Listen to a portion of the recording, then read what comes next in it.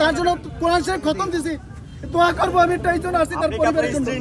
হ্যাঁ, আমি আর স্ত্রী আমার 3 সন্তান সহ আসছি। আমি কোনো দল করি না, আমি এই দেশকে ভালোবাসি। আমি তার কবরটা জিয়ারত করা যাবে না। আপনাকে কোরআন শরীফ খতম দিছি তার জন্য। আপনাকে বঙ্গবন্ধু যে দেশের জন্য সবকিছু করছে, তার বাড়ি জিয়ারত করতে দেবেন না আপনারা। আপনারা তার বাড়ি জিয়ারত করতে দেবেন না। এই দেশের জন্য সবকিছু করলো, স্যারকে ফোন দেন একটা।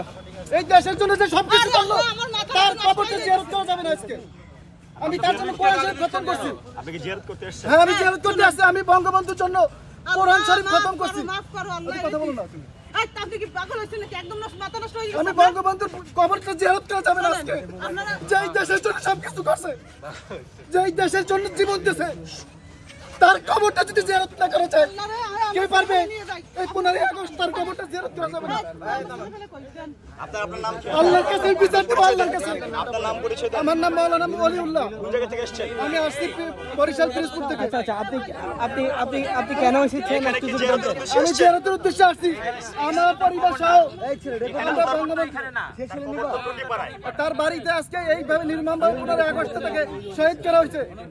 কি করতে এসেছেন? আমি আসছি তার জন্য কোরআন শরীফ খতম করছি, 2টা খতম দিছি। আমি 2টা খতম দিছি তার জন্য জিয়ারত করব তার বাড়িতে। আমি নির্মমভাবে যারা 15 আগস্ট তার সব পরিবারে শহীদ করছে, এই দেশের জন্য ব্রিটিশরা তার এই ব্রিটিশদের বিরুদ্ধে আন্দোলন করছে।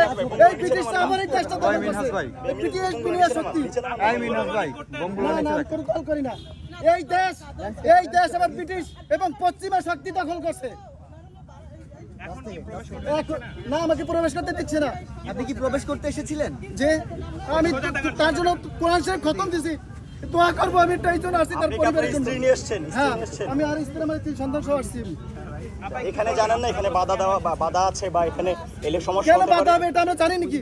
সারা বছর তো এখানে সবসময় ঢুকে একজন মানুষ মারা গেছে, তার কবর জিয়ারত করলে এখন কি ক্ষতি হবে? এখানে তো তার কবর না, কবর তো তার পরিবারের সবাই তো এখানে নির্মমভাবে শহীদ হয়েছে এই 15 আগস্টে। আপনার নাম কি? আপনার নাম? আমার নাম মাওলানা ওলিউল্লাহ। আপনি কি উলামা লীগ করতেন? না না, আমি কোনো দল করি না। আমি এই দেশকে ভালোবাসি, আমি সব পরিবারকে ভালোবাসি। তারাই দেশের জন্য জীবন দিয়েছে, তারাই দেশের জন্য জীবন দিয়েছে।